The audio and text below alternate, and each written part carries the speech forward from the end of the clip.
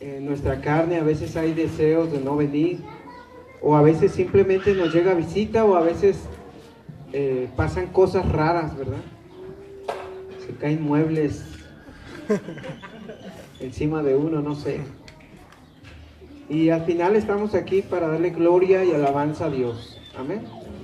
Para decirle a Dios, te necesitamos. No somos como esas personas que dicen que no necesitan a Dios. Yo sí necesito a Dios.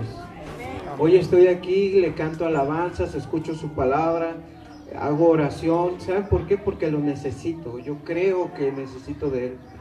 Pero hay gente que se cree que es Dios en sí misma, la persona, ¿verdad?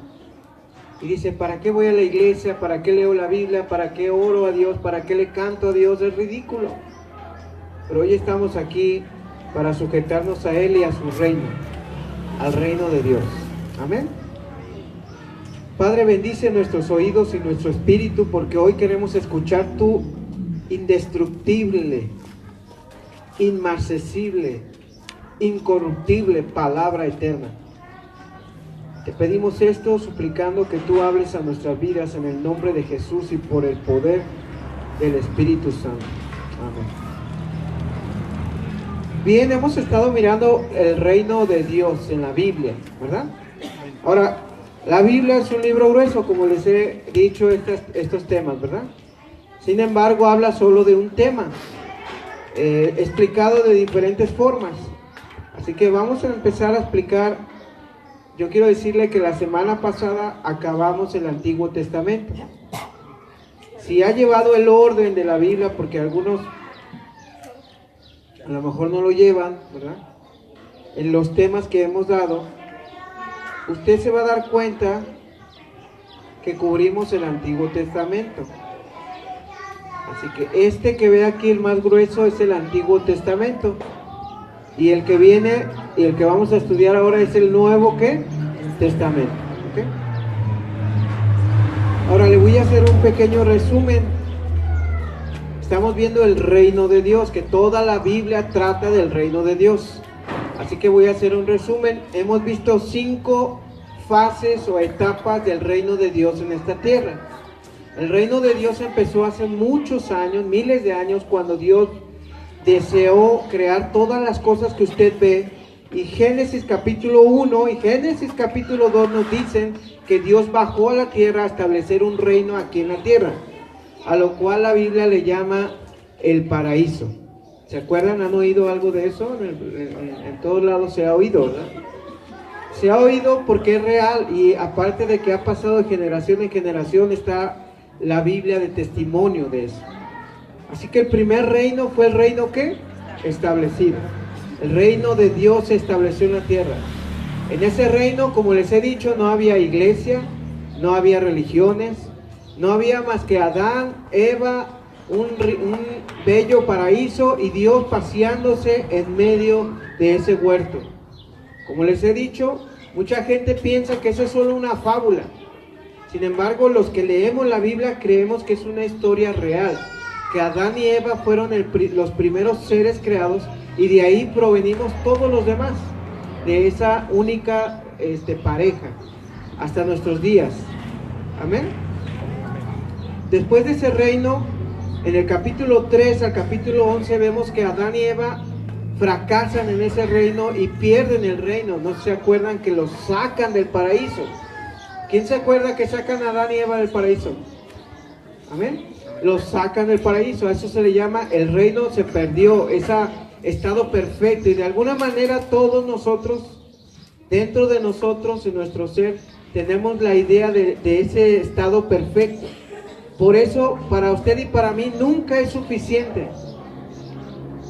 Si el país va bien, usted quiere que vaya mejor, porque lo que quiere es que sea el paraíso, pero nunca va a ser, por lo menos en esta tierra, hasta que Cristo venga por segunda vez. Amén. Si usted tiene su matrimonio, dice, mi matrimonio ahí le llevamos, pero, siempre hay un pero. ¿Por qué? Porque estamos siempre deseando ese reino que perdieron nuestros padres, Adán y Eva. Ese reino perfecto donde todo era hermoso. Pero usted debe evitarse desilusionarse. Usted debe saber que las amistades en esta tierra no son perfectas, que los matrimonios no son perfectos, que esta iglesia no es perfecta, que su servidor no es perfecto. El único perfecto aquí ahorita es ¿quién? Es Dios. Y Él sí no te va a defraudar. Amén, hermanos. Sin embargo, como nosotros sí tenemos defecto, cuando queremos observar a Dios le vemos defectos a Él, pero Él no tiene ningún defecto. Amén. Sino que queremos que sea como nosotros queremos que sea. Y Él ya es como Él ha sido desde la eternidad. Amén. Así que llevamos el reino establecido que estaba perfecto, el reino perdido, el que se perdió. Y el reino, después viene en el capítulo 12 al 50, en el Génesis, un hombre llamado Abraham. Porque tanto en el reino establecido como en el reino perdido, como en el reino prometido y los reinos que vamos a ver ahora, se ocupan 3 elementos para un reino. Bueno, 4, ¿verdad? Un Dios, que es el rey. Un pueblo a quien gobernar, en este caso Adán y Eva al principio, ¿verdad? Un gobierno, o sea, lo que Dios dijo, no van a comer de ese huerto. ¿Se acuerdan que les dijeron? No quiero que coman de qué, de ese huerto. Y ese es el gobierno. Y luego una bendición. ¿Cuál era la bendición? El paraíso, ¿verdad? Siempre en cada reino y en cada etapa de la Biblia es lo mismo. Dios quiere hacer eso en la vida, hacer eso en las familias. Fíjese bien. Así que llegó un hombre llamado Abraham en el capítulo 12 al 50 y Dios, como las generaciones, las razas habían sido dispersas por todo el mundo, lo que pasó ahí es que Dios ya no tiene a Adán y a Eva, no tiene a Set, no tiene a un pueblo, sino que se junta a un pueblo de un hombre llamado Abraham, porque él quiere establecer su reino en esta tierra, y lo quiere hacer a través de un hombre, y con un solo tiro matar muchos pájaros, como decimos, de un tiro, ¿verdad? Y llama a un hombre y le dice, mira, si tú me sigues, le dice Dios a Abraham, yo te voy a dar tierra. Tú vas a ser mi pueblo. Ahí le está dando el reino, ¿verdad? Tú vas a ser mi pueblo y de ti, de tu simiente, de un hijo tuyo, yo voy a bendecir a todas las naciones. Y de ahí viene el pueblo de Israel y de ahí viene nuestro Señor Jesucristo. ¿Sí van conmigo? Ese es el reino que Dios está prometiendo establecer. Luego, los israelitas, ese pueblo se hace muy grande y muy fuerte y muy poderoso, y en el tiempo del rey Salomón eran tan poderosos que la plata era como nada con ellos. ¿Se acuerda de eso? Y los israelitas pensaron, ya se cumplió el reino de Dios en la tierra, ya llegamos a ese final, ya tenemos todo el paraíso que le habían dado a Adán y Eva, otra vez ya lo tenemos aquí en la tierra a través de nosotros. Pero ¿qué creen? Que no fue así. Se murió Salomón y el reino de Israel se dividió en 10 tribus y 2 tribus. En Israel y en Judá se dividió. ¿Se acuerdan? Y 400 años después de esa división, después de que cada uno tenía sus reyes, y pecaron tanto, ofendieron tanto a Dios con ídolos, con pecados graves, poniendo a sus niños pequeños, bebés, poniéndolos en un ídolo que se llamaba Moloch en aquel entonces, un rostro de una persona como gorda, y adentro de su boca tenía un caldero, y ahí echaban a los niños con aceite de oliva hirviendo, como una forma de adorar a Dios, mientras al Dios que se habían inventado, pues a Moloch, mientras los sacerdotes tocaban unos tambores ahí para ahogar el sonido de los niños que lloraban ahí, y Dios se molestó tanto que les dijo, les voy a mandar a naciones sanguinarias, naciones que viven alrededor de ustedes, voy a quitar mi protección y los van a invadir, y ese reino perfecto que ellos tenían se había dividido ahora en el reino, y entonces ahora les manda una desilusión tremenda y les castiga tremendamente en algo que la Biblia le llama el exilio a Babilonia y el exilio a Siria, ¿verdad? En el reino parcial. Así que cuando ya están ellos ahí en el castigo, en medio de otra lengua, ya habían llevado a los de Israel y a los de Judá cautivos. Primero se llevaron a Israel, ¿se acuerdan? Los de Asiria. Y luego se llevaron a Judá 150 años después, se lo llevaron a Babilonia. Y ya estando allá en otra lengua, en otra nación, empiezan los profetas a hablar de un reino que viene, un reino poderoso, un reino que se establecerá desde el cielo. Y la gente estaba triste ahí, porque ellos recordaban cuando se sentaban, cuando ellos eran los poderosos de Israel, ellos gobernaban cierta área y Salomón les daba tantas ventajas y tantas bendiciones al pueblo, y ellos estaban en la cumbre, pero ahora estaban abajo, porque bien dice el dicho, ¿verdad? No es llegar, sino sostenerse ahí, ¿verdad? Y la vida, como dice los dichos populares, la vida da muchas vueltas, ¿verdad? A veces estábamos acá y ahora estamos acá. Bueno, Israel está ahora tirado. Su reino se había sido aniquilado por sus propios pecados de ellos. Y Dios les empieza a mandar consuelo a través del profeta Jeremías, el profeta Ezequiel, y les empieza a decir, no se preocupen, este lugar donde ustedes viven van a durar 70 años y después va a haber un regreso a la tierra. Y entonces ellos se volvieron a emocionar y dijeron, entonces cuando regresemos va a volverse a restaurar el templo y todo va a ser perfecto y vamos a hacer como el Edén. Pero todavía no era. Y en eso se queda el Antiguo Testamento, porque Malaquías es uno de los que les predica ya cuando ellos regresan de aquella etapa donde los habían llevado cautivos y regresan otra vez a Jerusalén, pero son muy pobres, el templo está medio hecho, las murallas están medio levantadas, Israel está acabado, ya no es aquella potencia que había sido, está destruido. Es como si usted mirara a Estados Unidos ahora y dijera, unos años después, y dijera, ¿dónde está Estados Unidos tan poderoso, tan fuerte? Y que cayera Estados Unidos, ¿cómo sentiríamos nosotros? ¿Cómo sentirían ellos, verdad? Un gringo, imagínese que su dinero a donde quiera que va, vale mucho dinero, ¿verdad? Su dólar. Imagínese que cayera, imagínese a Israel en esa situación. Cayó, están desesperados. Regresan a su tierra y tienen que pasar 400 años para que entremos al reino, que todo lo que estaban prometiendo los profetas se cumpliera, y hoy estamos aquí para ver ese reino, el reino cuando Jesucristo se hace presente en la tierra, Dios con nosotros, Dios pisa la tierra, y esa etapa del reino, esa fase ya entrando al Nuevo Testamento es el reino presente. Hasta aquí ya resumimos todo el Antiguo Testamento a través de los reinos. ¿Sí fue conmigo o no? El reino establecido, Génesis 1 a Génesis 2. El reino perdido, Génesis 3 a Génesis 11. El reino prometido a Abraham, Génesis 12 a Génesis 50. El reino parcial cuando Salomón, desde Éxodo hasta Segunda de Crónicas. Y el reino profetizado desde Esdras hasta Malaquías. Ahí acabamos el Antiguo Testamento. ¿Sí? O sea, cuando lea la Biblia, léalo con ese orden y se le va a hacer más entendible. Amén.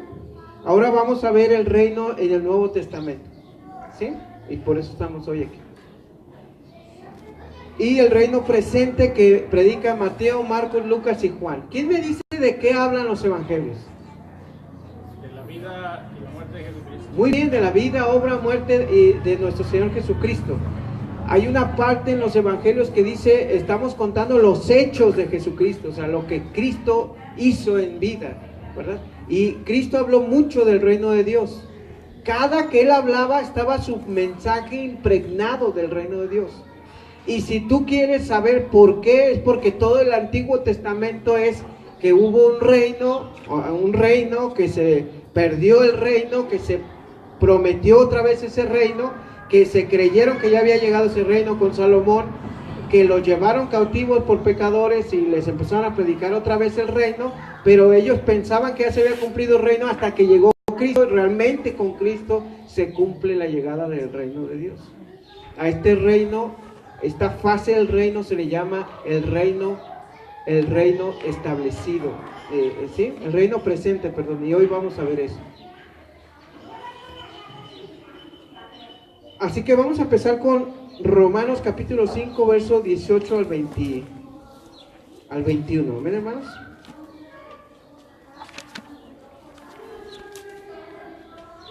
¿Romanos qué? 5.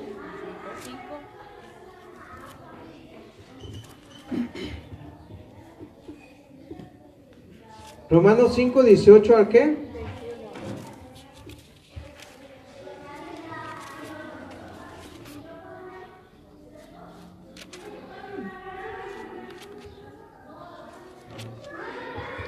Antes de leerlo, quiero que sepa una cosa. Cuando los profetas en el Antiguo Testamento profetizaban, hablaban en el lenguaje que le pudieran entender en aquel entonces. Esto es semejante a cuando todavía no inventaban los coches. Un hombre le dijo a su hijo: te voy a regalar un caballo, el mejor caballo que haya, y voy a trabajar duro hasta darte un caballo, le dijo a su hijo. Entonces él trabajó duro, ya tenía su dinero juntado cuando salieron los carros, los vehículos, los de motor, que en aquel entonces daban a 40 kilómetros por hora, era una velocidad terrible, era tremenda. Ahorita eso no es nada. Entonces su papá le dice al muchacho: mira, te quiero comprar un caballo, pero veo que están saliendo estos carros de motor y ya ni siquiera, o sea, es la novedad, ¿quieres uno? Y le dijo: sí. Ahora le voy a decir algo, él le había prometido un caballo. ¿Ustedes qué piensan? ¿Está bien que le haya dado el carro o está mal? Pues está mal. Porque le prometió un caballo. Le prometió un caballo, ¿verdad? Pero la cuestión aquí es que le pregunta, ¿verdad? ¿Tú qué quieres? ¿El caballo o el carro? Entonces al final lo que yo quiero decirles es que al final él cumple su promesa, porque le preguntó. Si no le haya preguntado estaría mal, ¿verdad? Porque no le preguntó. Así fue Dios. Dios les dijo a ellos, les prometió un caballo, porque los profetas prometían y prometían. Pero ellos no entendían, llegó algo mejor, llegó Cristo, llegó Dios a la tierra. Por ejemplo, él les dijo: les prometo un rey, que venga del rey David. Y ellos dijeron: oh sí, yo quiero un rey que venga del rey David. Sí, un rey que nos lidere, que nos gobierne, que llegue como Salomón y nos lleve a un esplendor. Pero cuando llegó, ellos esperaban el caballo. Pero Dios les había mandado algo mejor. ¿Qué llegó? Jesucristo, su propio Hijo. Y es de lo que vamos a hablar hoy. Cómo las promesas se cumplen de Dios, pero a veces no es como nosotros lo entendemos, sino como Él, que en el momento uno no lo puede entender, no te lo puede dar, no te puede decir: hijo, te voy a dar un carro que anda con ruedas así con motor, porque no lo hubiera entendido el chamaco. Pero como ya él ya lo estaba mirando y dice: ah, mira, es la novedad, a todos andan en un carro. Ahora podía decirle y hablarle de te doy un carro mejor. Así pasó en el Nuevo Testamento.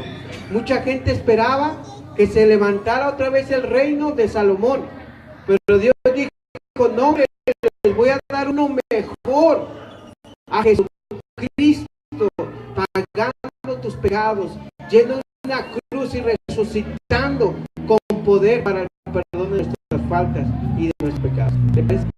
Y eso es lo que vamos a leer. ¿Ya está conmigo ahí? Romanos 5, 18. Así que, como la transgresión de uno vino a condenación a todos los hombres, de la misma manera, por la justicia de uno vino a todos los hombres la justificación de vida. Porque así como por la desobediencia de un hombre, los muchos fueron constituidos pecadores, así también por la obediencia de uno, los muchos serán, ¿qué dicen? Justificados. Pero la ley se introdujo para que el pecado abundase, mas cuando el pecado abundó, sobreabundó la gracia. Para que así como el pecado reinó para muerte, así también la gracia reine por la justicia, para vida eterna, ¿mediante quién? Lo que está diciendo aquí es que en Jesucristo se cumple todo el reino. Se cumplen todos los requisitos del reino de Dios. Por ejemplo, tenemos que mencionan que por un hombre entró el pecado. ¿Cuál será ese hombre? Adán. Adán dejó entrar el pecado y la desobediencia y todo eso, pero cuando vino Jesucristo, ¿qué pasó? Llegó la libertad y fuimos libres y rompimos las cadenas en su nombre. Amén. Amén. Ahora en Cristo dejó entrar toda esa bendición y Cristo es el reino de Dios. Amén. Ahora vaya conmigo también ahí en la palabra en 1 Corintios capítulo 15, 20 al 22, refiriéndonos a lo mismo. Jesucristo entonces es el verdadero Adán. Ahora, ¿qué tiene que ver Adán en el Nuevo Testamento? ¿Por qué lo están mencionando?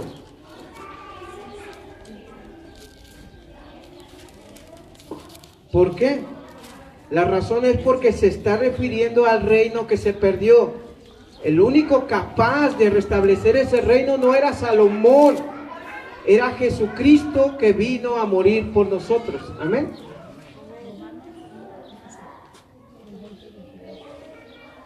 Primera a los Corintios 11, ¿qué?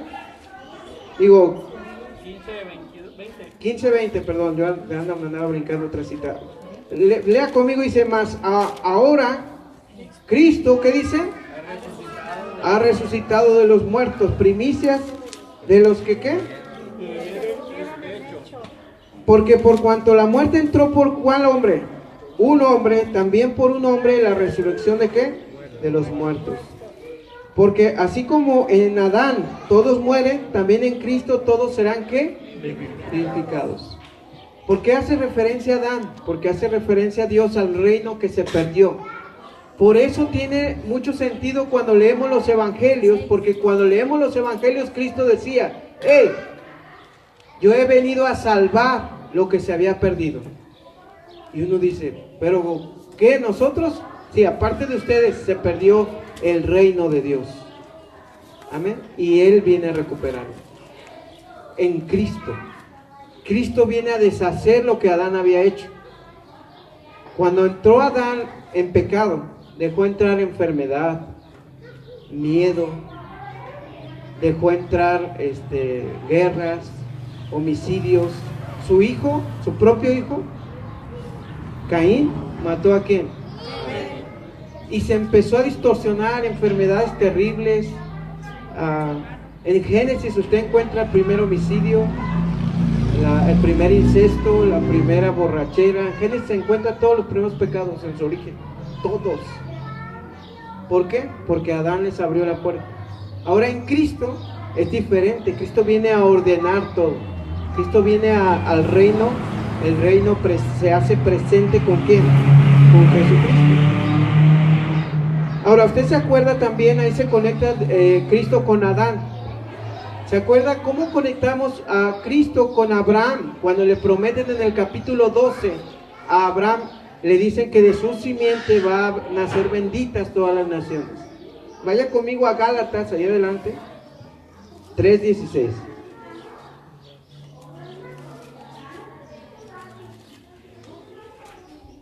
¿Ya lo tiene?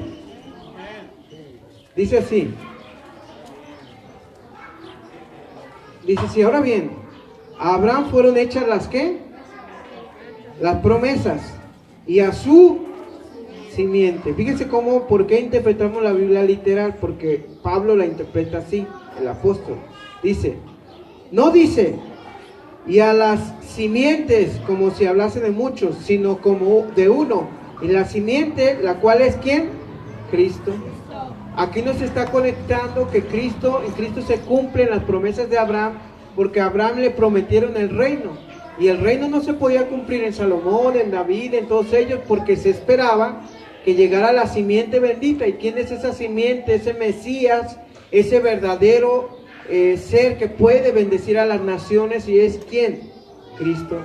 Se fija cómo Cristo se va conectando con cada una de las etapas del reino para decir, en mí es cuando se cumplen todas esas cosas. Amén. Vamos adelante. No solamente Cristo es el verdadero Adán, es la simiente de Abraham, pero Cristo es el verdadero Israel.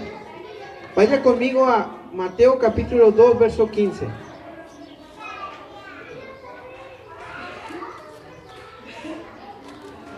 Mateo 2, ¿qué?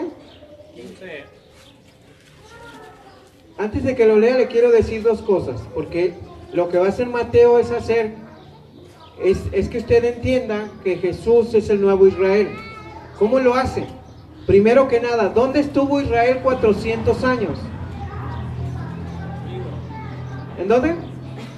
Perdido. En Egipto. Bueno, estuvo en Egipto 400 años, ¿se acuerdan? fue esclavo, de ahí lo sacó Moisés y se abrió el mar y todo eso, ¿se acuerda de eso, verdad? ¿Dónde estuvo entonces Israel? En Egipto, ¿verdad? Luego de Egipto se fue ¿a dónde? Al desierto, ¿verdad? Fíjese muy bien porque en Mateo hacen la misma cronología para que tú sepas que Cristo es el nuevo Israel. Fíjese bien, ahí en el 4, ¿qué dijimos? Ah, no, 2:15, perdón. ¿Quién lo lee en voz alta, por favor? ¿Algún cristiano por aquí?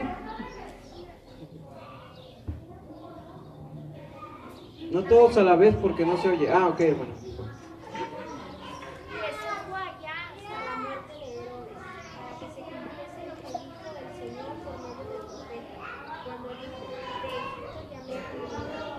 ¿De dónde? De Egipto. Cuando estaba pequeño, nuestro Señor Jesucristo, Herodes mandó matar un montón de niños, ¿se acuerdan? Y un ángel le dijo a José, no le dijo a María, le dijo a José, como varón de la casa y la cabeza, le dijo, ¿sabes qué, José? Toma a su madre y al niño y llévatelos a Egipto, porque va a haber un problema aquí, y bueno, ya, se lo llevan. Después ellos vienen por un censo, ¿se acuerdan? Un censo que hicieron los romanos, y ellos se vienen de vivir en Egipto porque ya había muerto ese Herodes que quería matar a todos los niños. ¿Se acuerda de eso? Y ahí es simbólico de que cómo fue Jesús traído de Egipto a la tierra prometida. Es la idea simbólica, ¿verdad? Ahora lea el 4:1. ¿Por qué? Porque Israel fue traído ¿de dónde? De Egipto. Ahora el 4:1 dice, entonces Jesús fue llevado por el Espíritu ¿a dónde? Para ser tentado ¿por quién? Por el diablo. ¿Sabe qué? ¿Para qué? Si uno lee Deuteronomio dice, mira Israel, te he traído a este desierto para probarte. ¿Se acuerdan que vimos eso? Pero le pregunto, ¿pasó la prueba Israel en el desierto? ¿Se acuerdan cuando iban en el desierto, faltaba agua? ¿Qué hicieron? Empezaron, no, eso nos trajeron para morir aquí en el desierto y bla, bla, bla. Casi matan al pobre de Moisés. Luego, faltó carne, ¿se acuerdan? No, ya nos faltaba, tenían hambre y Dios dejó caer un maná del cielo, un pan, un tipo de hojuela, ¿verdad? Así a la tierra, y ellos la recogían y la comían. Después dijeron, no, ya nos hartamos de pan, puro pan vivo y puro pan vivo. No, queremos otra cosa. ¿Algún testimonio? De la renegadera, digo, ¿no? Y estaban ahí, no, ya nos cansamos. Y dice la Biblia que Dios les mandó codornices, o sea, carnita, ¿no? Empecé a decir del agua y dijiste, no, pues deja. Apenas iba a renegar, pero bueno. Y renegaron por el agua, y renegaron por el maná, y luego renegaron ¿por qué? Por la carne. Dice que se hartaron tanto de carne que no quiero, si usted es asqueroso, disculpe, pero dice que hasta le salía por las narices.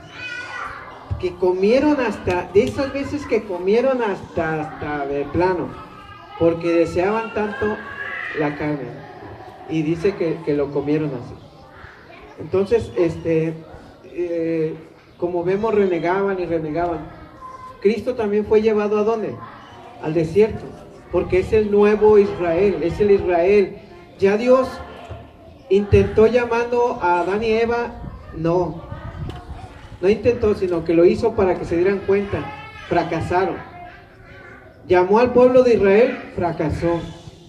Llamara a quien llamara de los hombres, le quedan mal, hasta que vino un hombre, 100% hombre y 100% Dios, llamado Jesucristo, que en Él se cumple todo.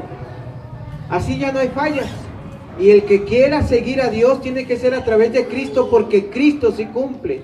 Cristo es la simiente, Cristo es el verdadero Israel, ¿verdad? Es que tomo mi ojo.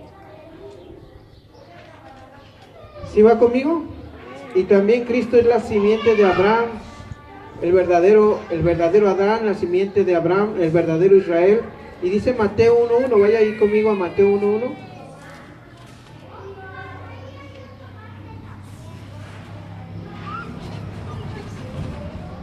Si no encuentra Mateo 1:1,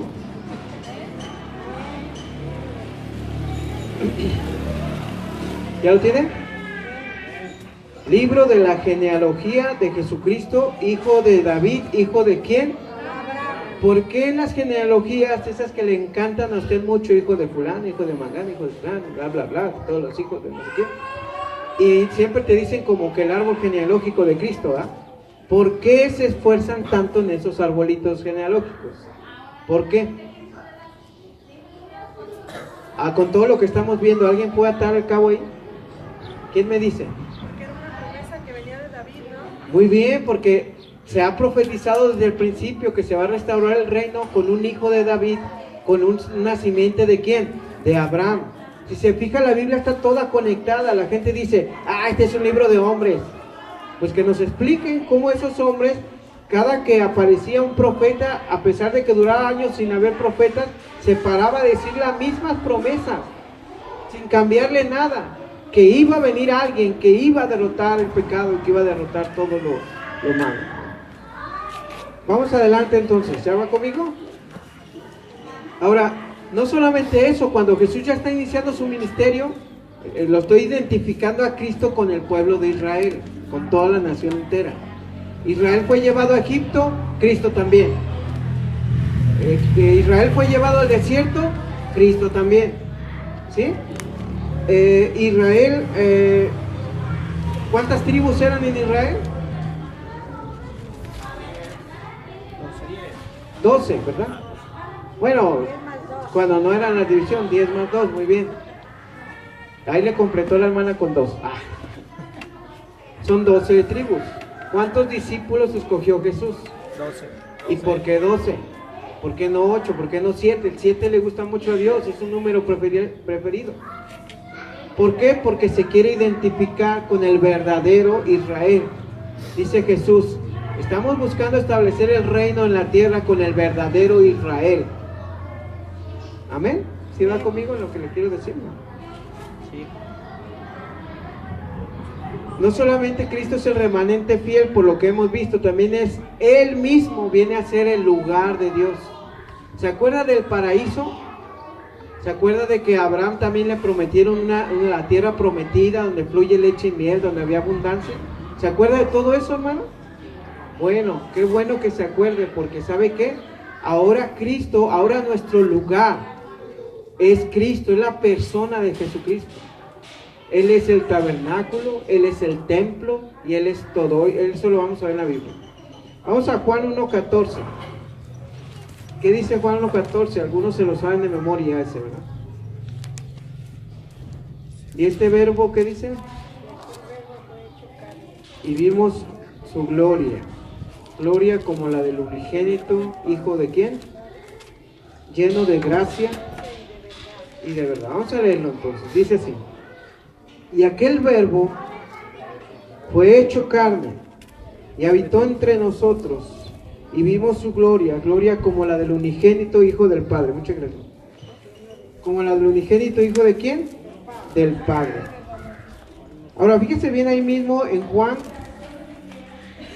Bueno, lo que queremos ver ahí más bien es que Jesucristo viene a ser aquel tabernáculo. Le voy a hablar tantito del tabernáculo, que ahorita hay muchos cristianos adinerados, universidades cristianas en Israel buscando el tabernáculo. ¿Qué era el tabernáculo? Cuando ellos estaban en el desierto, ¿ustedes se acuerdan? Ellos invocaron el nombre de Dios y Dios le dijo a Moisés, le dijo, mira, este es un lugar donde yo me manifieste, donde yo me presente ante el pueblo. Lo pones en medio del pueblo y ahí me voy a manifestar. Estamos hablando de 1 millón de personas alrededor de un pequeño tabernáculo que casualmente tenía casi las medidas de este lugar. Este lugar tiene 21 por 46, ¿sí? Más o menos, era un poco más corto el lugar del tabernáculo. Y era de la siguiente manera, era una barda perimetral de tubos con una cortina alrededor de tela, ¿verdad? Una tela alrededor de puerta. Para la entrada tenían de color rojo carmesí. ¿Le suena en el Nuevo Testamento el rojo carmesí? ¿Sí? ¿Les suena cuando Cristo dijo, yo soy la puerta, el que por mí entrare y hallará paz y la vida eterna y todo eso? Él es la puerta, ¿sí? Ah, bueno, pues había dos puertas ahí y estaban en unas cortinas de rojo carmesí, curiosamente por la sangre de Cristo. Cuando llegaba usted aquí al centro, aquí había un altar, en esta parte, aquí había un altar donde sacrificaban un becerro y lo presentaban aquí. ¿Se acuerda de ese tabernáculo o no? En la Biblia. Y luego ese es el altar de ¿qué? De bronce, ¿verdad? Y luego aquí llegaban y rodeado por estas bardas, imagínense aquí una parte como esa, un pequeño cuarto como ese también de cortinas, un poquito más alto. Y ese cuarto dividido en dos, el lugar santísimo donde estaba un arca, el arca de la alianza que le llaman en la Biblia. Esa arca de la alianza tenía el propiciatorio, ahí se derramaba la sangre de ese corderito que mataban afuera y lo quemaban afuera para como ofrenda a Dios. Y allí en esa parte, en ese tabernáculo, cuando Dios quería decirles algo al pueblo, de pronto se ponía una nube de encima. Imagínense una nube arriba de ese templo, arriba. Una nube así, haciendo como rayos y todo así. Si era de día, daba sombra, y si era de noche se ponía de color, daba luz, esa nube. A esa nube le llaman en el Antiguo Testamento la Shekinah de Dios. Y esa Shekinah de Dios, o la gloria de Dios, bajaba a ese lugar santísimo que solamente entraba un sacerdote una vez al año, podía entrar. Imagínense la escena. Ese tabernáculo que contenía la gloria de Dios viene a representar el cuerpo de Cristo. Porque Cristo nació en un ser humano y la gloria de Dios lo llenaba todo. Por eso dice la Biblia en Colosenses 2:9 que en Jesucristo habita corporalmente toda la plenitud de Dios. ¿Como en dónde? Como en el tabernáculo. Así que Cristo es el tabernáculo, es el lugar de Dios. ¿Sí? Vamos también ahí mismo en Juan 2:19 al 22. En el Evangelio de Juan, perdón.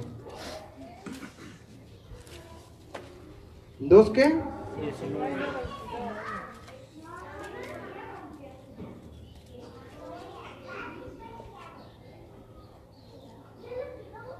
¿Ya lo tienen? Y Jesús les dijo, destruid ese templo y en 3 días ¿lo qué? Dijeron luego el cuerpo de Cristo. Por eso es que en donde quiera que usted esté, si está en su casa, en el campo, si va a cambiarse de ciudad, si está perdido en el Sahara, no sé, usted puede voltear al cielo y clamar al templo que es Cristo, que está sentado a la diestra del Padre.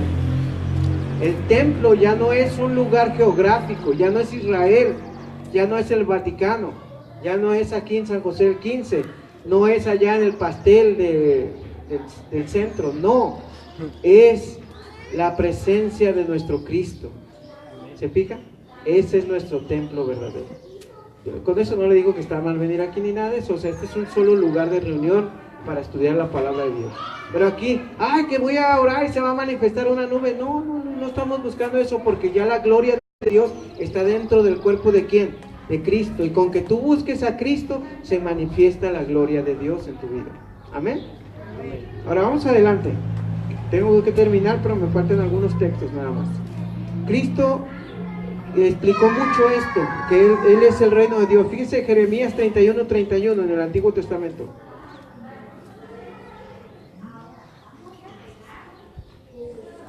¿Ya lo tienen? Dice así la palabra de Dios. He aquí vienen días, dice Jehová, en los cuales haré un ¿qué? Un nuevo pacto con la casa de Israel y con la casa de ¿quién? De Judá. ¿Se acuerda que estaba dividido en aquel entonces? Si se acuerda que Jeremías le habla a gente que estaba cautiva porque están profetizando un reino. Bueno, fíjese ahora con Cristo, cómo con Cristo ya llega el reino. Vaya a 1 Corintios 11:25, que es lo que vimos hoy de la Santa Cena. ¿Se acuerda de eso o no? ¿Qué dice que hicimos? ¿Qué estábamos celebrando ahorita? El nuevo ¿qué? El nuevo pacto. Ya no es el pacto de Israel, ya no es el pacto de Abraham, ya es un pacto con Cristo. Fíjese ahí conmigo, ¿ya lo tiene? Asimismo tomó también la copa después de haber cenado, diciendo: esta copa es el nuevo ¿qué? Pacto en mi sangre. Haced esto todas las veces que la bebas en memoria ¿de quién? De mí. Ahora vaya a Hebreos. Vamos a Hebreos rápido. Hebreos capítulo 11, verso 15.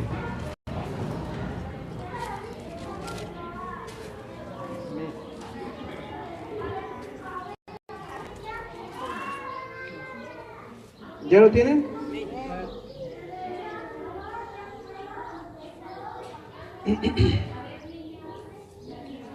Dice así. ¿Ya lo tienen?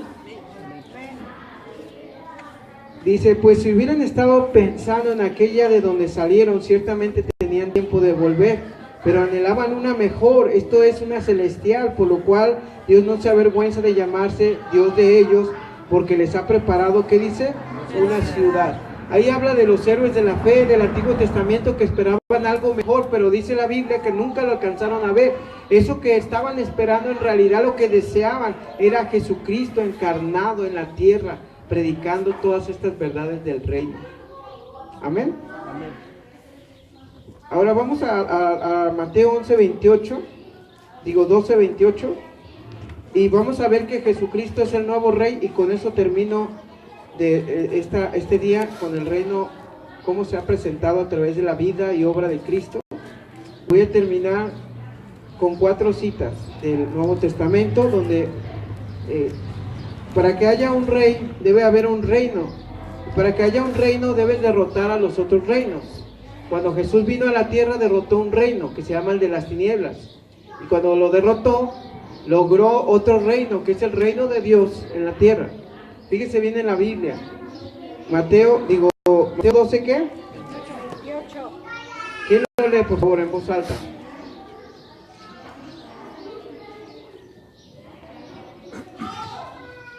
Pero si yo, por el Espíritu de Dios, he hecho fuera a los demonios, ciertamente ha llegado a vosotros el reino de Dios.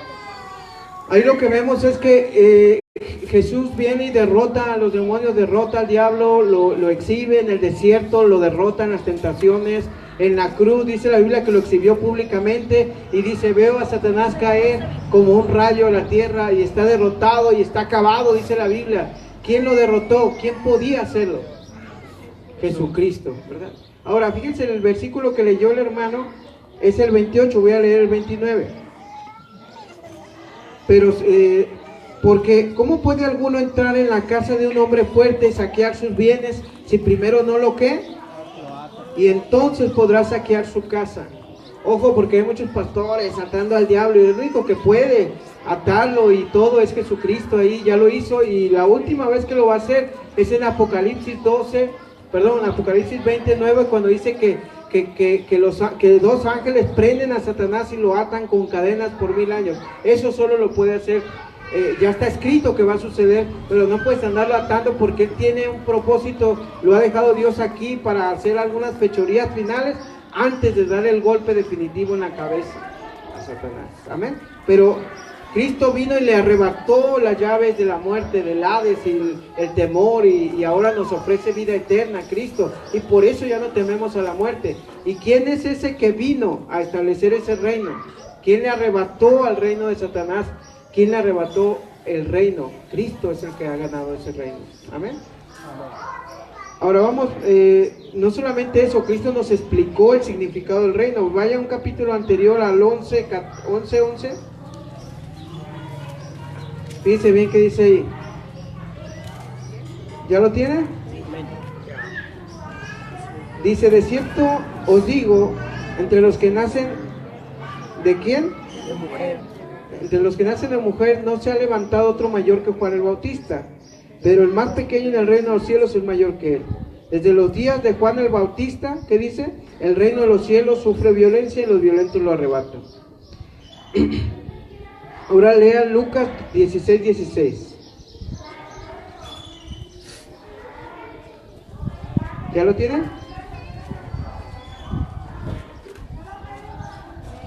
Lucas 16:16. Dice: la ley y los profetas eran hasta Juan. Desde entonces el reino de Dios es anunciado y todos se esfuerzan, ¿por qué? por entrar en él. ¿Qué es lo que está haciendo Cristo? Explicando el reino de Dios. El reino de Dios no es algo que se le ocurrió a un pastor y es algo que está bien documentado en la Biblia. Es algo que viene desde el Génesis, ha pasado por todo el Antiguo Testamento y luego los profetas anticiparon a un hombre de la descendencia de David y de la promesa de Abraham y diciendo, él es el bueno. Todo esto lo digo para que vean la unidad que tiene la Biblia, el Antiguo Testamento con el Nuevo Testamento y cómo todo se cumple en Cristo. ¿Se va conmigo? Y eso debe de darles una tremenda seguridad. Este no es un libro de Nostradamus, de que, que dijo y que no. Esto es una realidad, o sea, es una verdad fundamental que a pesar de tantos años tenga esa unidad, que hable del reino de Dios y que Cristo te lo explique y que te invite a ser parte de él. ¿Me explico? Entonces, por eso vamos adelante. Dice que muchos se esfuerzan por entrar, dice la Biblia, ¿verdad? Ahí mismo en Mateo 23:13, vaya conmigo. Digo, en Mateo, estábamos en Lucas, ¿verdad? Ya estoy terminando, hermanos. Yo sé que está cansado, pero está fuerte el solecito, pero ya vamos a terminar. 23:13, ¿ya lo tiene? Mas hay de vosotros, escribas y fariseos, ¿qué dice? Porque cerráis el reino de los cielos delante de los hombres, pues ni entran ustedes ni dejan entrar a los que están entrando. Ahí habla de gente que entra y gente que no entra al reino de Dios. La pregunta es, ¿cómo podemos entrar al reino de Dios? ¿Y por qué algunos están fuera y por qué otros están dentro? Y la pregunta para ti ahora aquí es, ¿estás dentro del plan de Dios? ¿Estás dentro del reino de Dios o estás fuera del reino de Dios? Y si estás fuera, te invitamos a entrar. Ahora, ¿cómo? Te lo vengo explicando desde todo el culto. Cristo es el único que te puede dar la entrada al reino de Dios. Amén. Pero para eso tienes que entender que hay que someterse a ese reino. Un Dios, un rey, no eres tú ya el rey, no eres tú el que mandas en tu vida, hay un rey que se llama Cristo. Hay un pueblo que es al que se te está invitando a entrar. Hay un gobierno, una ley, unos mandamientos, la palabra de Dios llena de cosas que no debes hacer, como en el huerto, no debes comer de esto. Y hay una bendición. ¿Cuál es la bendición? La vida eterna, el fruto de entrar en el cielo. ¿Quieres participar del reino de Dios? Por último, la Biblia también nos enseña que Cristo está sentado a la diestra de Dios. ¿Y qué es estar sentado? Que está sentado en su trono, que ya el reino está en ejecución, o está en desarrollo, o está puesto. Fíjese en Hechos 2:29 al 36, terminamos con eso. Hechos 2, ¿qué?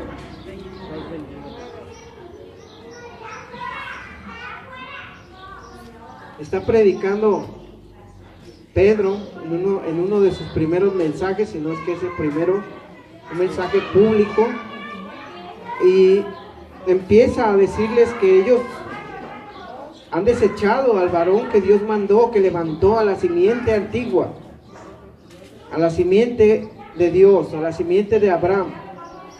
Y fíjense lo que les dice. ¿Ya tiene el 29? Pedro, hablándole a más de 15,000 personas, les dice: varones hermanos, se os puede decir libremente del patriarca David, que murió y fue sepultado, y su sepulcro está con nosotros hasta el día de hoy. Pero siendo profeta y sabiendo que con juramento Dios le había jurado que de su descendencia en cuanto a la carne levantaría al Cristo para que se sentase en su trono, viéndolo antes habló de la resurrección de Cristo, que su alma no fue dejada en el Hades, ni su carne vio corrupción. A este Jesús resucitó Dios, del cual todos nosotros somos testigos. ¿Qué dice? ¿Que somos qué? Testigos.